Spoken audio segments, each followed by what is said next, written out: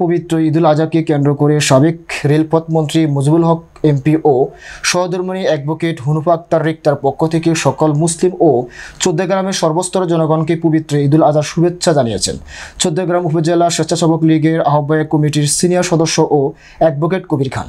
এই সময় কবির খান সাংবাদিকদের বিশেষ সাক্ষাৎকারে জানান, এই চৌদ্দগ্রামের উন্নয়নের কাণ্ডারি ও চৌদ্দগ্রামের সর্বস্তরের জনগণের আস্থার ঠিকানা একমাত্র সাবেক রেলপথ মন্ত্রী মুজিবুল হক এমপি।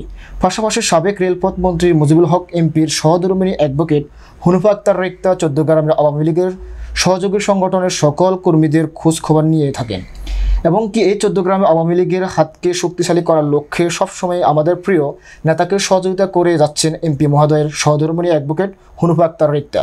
তার সাবেক রেলপথ মন্ত্রী মুজিবুল হক এমপি ও এমপি মহোদয়ের সহধর্মিণী অ্যাডভোকেট হুনুফা আক্তার রিক্তা ম্যাডামের পক্ষ থেকে চৌদ্দগ্রাম সকলকে জানাই পবিত্র ঈদুল আজহার শুভেচ্ছা ও অভিনন্দন। আমার আপনার পরিবারের সকলের জীবনে বয়ে আসুক অনাবিল সুখ ও প্রশান্তি। সবাইকে ঈদ মুবারক।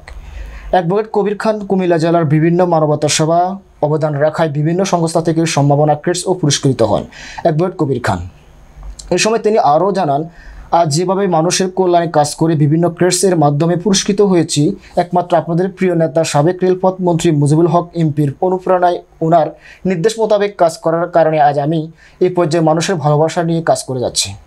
অনেকটাও হয় না, এগুলা মানে গ্রাম উচ্চারণ সব এখানে আপনি করতেছেন।